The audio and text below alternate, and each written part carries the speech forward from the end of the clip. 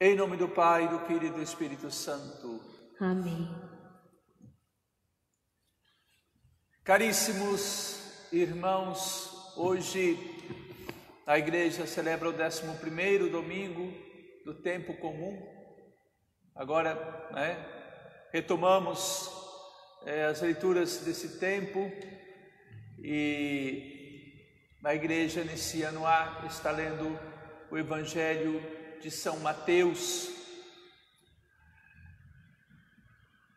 Esta liturgia hoje aqui nos fala desses chamados de Deus na vida dos discípulos, do chamado de Deus também na vida de cada cristão a segui-lo, pelo caminho de uma total obediência a Deus, de uma total conformação a nosso Senhor Jesus Cristo, o sumo e eterno sacerdote. Aquilo que dizia o livro do Êxodo: vós sereis para mim um reino de sacerdotes e uma nação santa. Se cumpre na vida da Igreja, porque nós somos sacerdotes já no nosso batismo, sacerdotes, profetas e reis, essa tríplice missão que recebemos no nosso batismo. Também, claro, além do sacerdócio ordenado, mas a cada cristão é chamado a exercer essa missão sacerdotal. O sacerdote é aquele que oferece a Deus o sacrifício. A primeira função do sacerdote é oferecer o sacrifício. A Santa Missa, essa é a função primordial do sacerdote. E o cristão também, como sendo sacerdote, por essa missão que ele recebeu,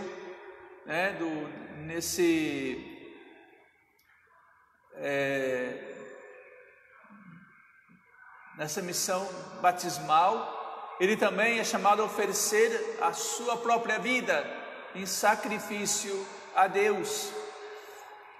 Então, viver essa nossa vida, essa nossa vocação, caríssimos irmãos, a vocação de filhos de Deus.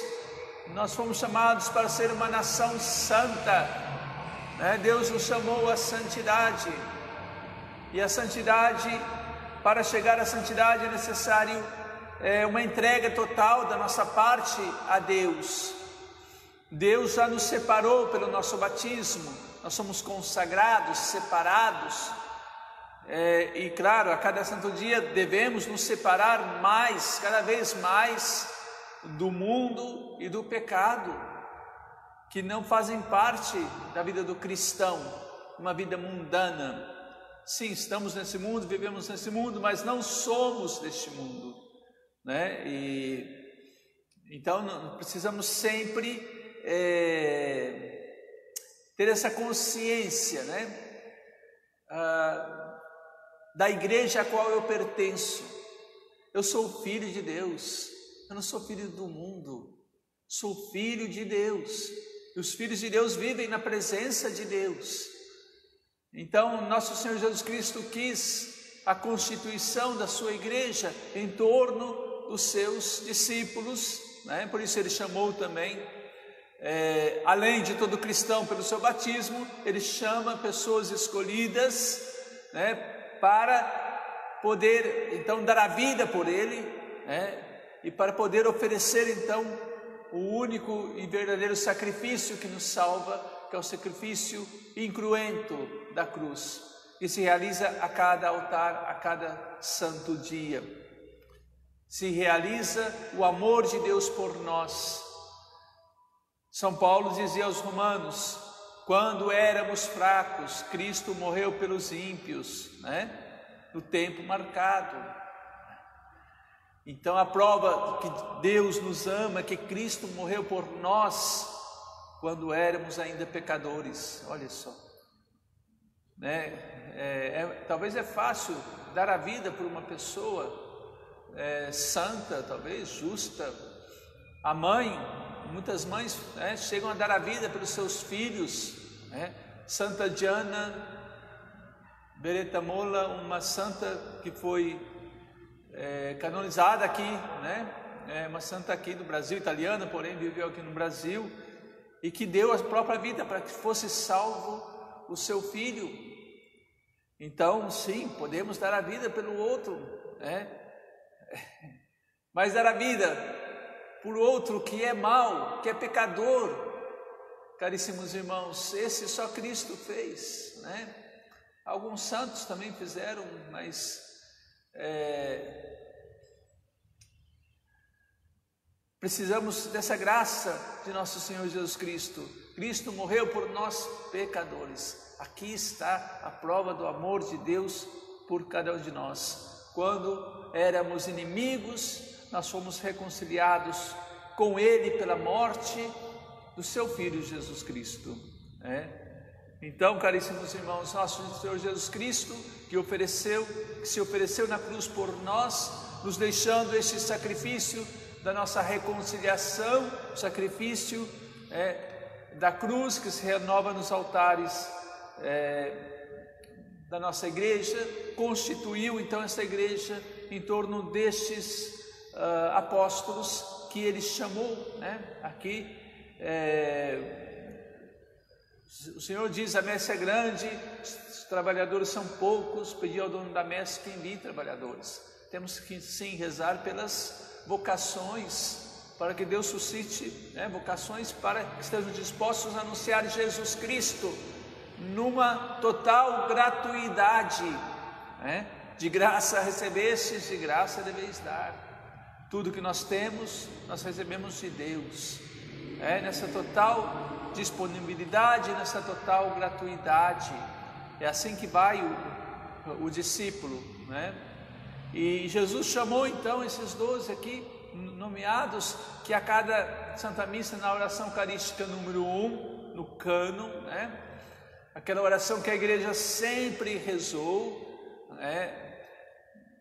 A igreja faz questão de nomear todos os apóstolos, inclusive Matias, né? Que entrou no lugar de Judas. E claro, porque existe essa união, em torno desses apóstolos, desses discípulos que na sua miséria, nas suas fraquezas, disseram sim a Deus e deram a vida por amor a nosso Senhor Jesus Cristo. Então, caríssimos irmãos, assim como Deus chamou, né, esses discípulos, nos chama a cada um de nós também a nos oferecer hoje a Ele em sacrifício, dar a nossa vida também por amor a Cristo, para o anúncio do seu Evangelho, para que a igreja se consolide neste mundo, né, cada vez mais. A igreja que é instrumento de salvação para todo aquele que crê. Então, que através da nossa vida nós possamos também levar Jesus Cristo e levar as pessoas à fé, É interessante ver que os discípulos, quando se apresentam muito medrosos, cheios de defeitos, cheios de fraquezas, até Pedro, o primeiro dos discípulos, muito fraco, né? Diante da cruz eles fogem e tudo, né?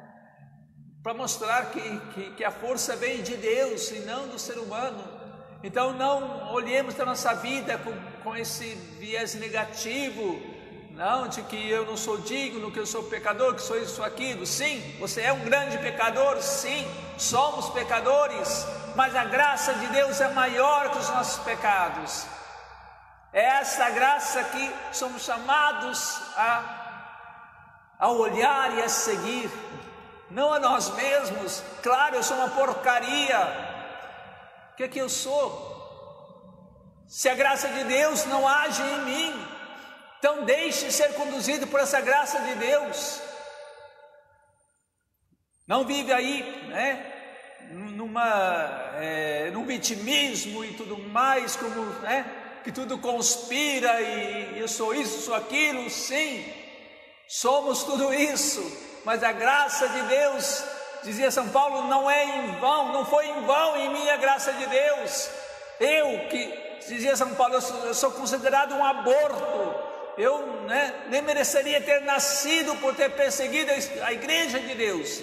E São Paulo foi, tanto é que queria mencionado também na oração eucarística, Pedro e Paulo, as colunas da igreja, um grande pecador, sim, mas que se deixou conduzir pela graça de Deus. Então, deixe-se conduzir, seja dócil a essa graça de Deus, e Deus fará maravilhas na sua vida sempre. Siga essa missão que o Senhor nos dá, anunciar que o reino dos céus está próximo. Anunciar que o reino dos céus está próximo é anunciar a conversão, é chamar as pessoas a saírem do pecado, a viverem na graça de Deus. A igreja tem, caríssimos irmãos, este poder de nos dar a sua graça, a graça de Deus, caríssimos irmãos, de nos tirar do pecado, de abrir os céus para nós. Curai os doentes, ressuscitai os mortos, purificai os leprosos, expulsai os demônios. Essa missão que continuamente a igreja realiza através dos seus sacramentos, nos cura das nossas doenças, nos ressuscita da nossa morte espiritual do pecado, dando-nos a vida nova, a vida na graça, nos purifica de todas as lepras do pecado e expulsa assim os demônios que estão aí, vagueando aí nos ares, como o leão, de São Pedro, que vai rugindo, buscando a quem devorar. E nós somos chamados a resistir, firmes na fé que nosso Senhor Jesus Cristo deixou, através dos seus discípulos, dos apóstolos aqui, que Ele chama a constituir a sua igreja, a Igreja Católica Apostólica Romana. Ela é universal, católica, apostólica, porque tem por fundamento os apóstolos, dos quais Pedro e Paulo, as colunas, e romana, porque a sua sede está em Roma, porque foi ali que São Pedro e São Paulo derramaram seu sangue por amor a Jesus Cristo. Assim que nasce a igreja, desses 12 apóstolos, fracos pecadores. Essa é o grande mistério de Deus. Como é que Deus pôde transformar todo mundo através de 12 pessoas frágeis, fracas, miseráveis, pecadoras? Se Deus, através de 12 pessoas, levou esta boa nova, esse anúncio de Deus a todo mundo, transformou o mundo inteiro, como Ele não transformará o teu coração? Como Ele não te tirará do teu pecado? Como não Ele te fará santo? Mas então, humilha-te diante do Senhor, deixa o Senhor te conduzir, não resista a Deus, não resista ao seu chamado de santidade, caríssimos irmãos. Coragem, ânimo, que o Senhor nos ajude, e que sempre busquemos, caríssimos irmãos, esta comunhão com Ele. Nós somos o seu povo, e o rebanho do Senhor, Então sejamos essas ovelhas dóceis que possam seguir a voz do seu pastor, e não obstinadas no pecado, e não querendo encontrar o seu próprio caminho. Não, nós só nos perdemos, mas sabei, que o Senhor, só Ele é Deus, só Ele é o Criador, só Ele é o Salvador, só Ele é o Espírito de amor, é Deus, Ele nos fez, nós somos seus, somos seu povo e seu rebanho. Então, caríssimos irmãos, assuma essa tua identidade cristã, que você é filho de Deus, e com a graça de Deus, então busque viver esta vida cristã, nessa total comunhão com a sua igreja. Por isso existe uma hierarquia na igreja. A gente sempre fala que quem obedece não erra, Muitas vezes que a gente, porque é mais fácil olhar para a humanidade dos pastores e ver que são uma miséria total, né? Claro, mas como eu vou obedecer uma pessoa assim, né? É muito fácil, porque nós queremos, às vezes nós endeusamos as pessoas, né? Colocamos uma auréola ali em cada uma pessoa, os seus pastores, né? Não, a graça ela vem de Deus, é Deus quem move os corações.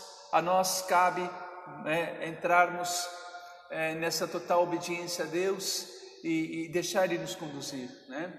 Mesmo através das nossas misérias e fraquezas, é Deus quem faz esse caminho, é Ele quem conduz, né? O Senhor é bom, né?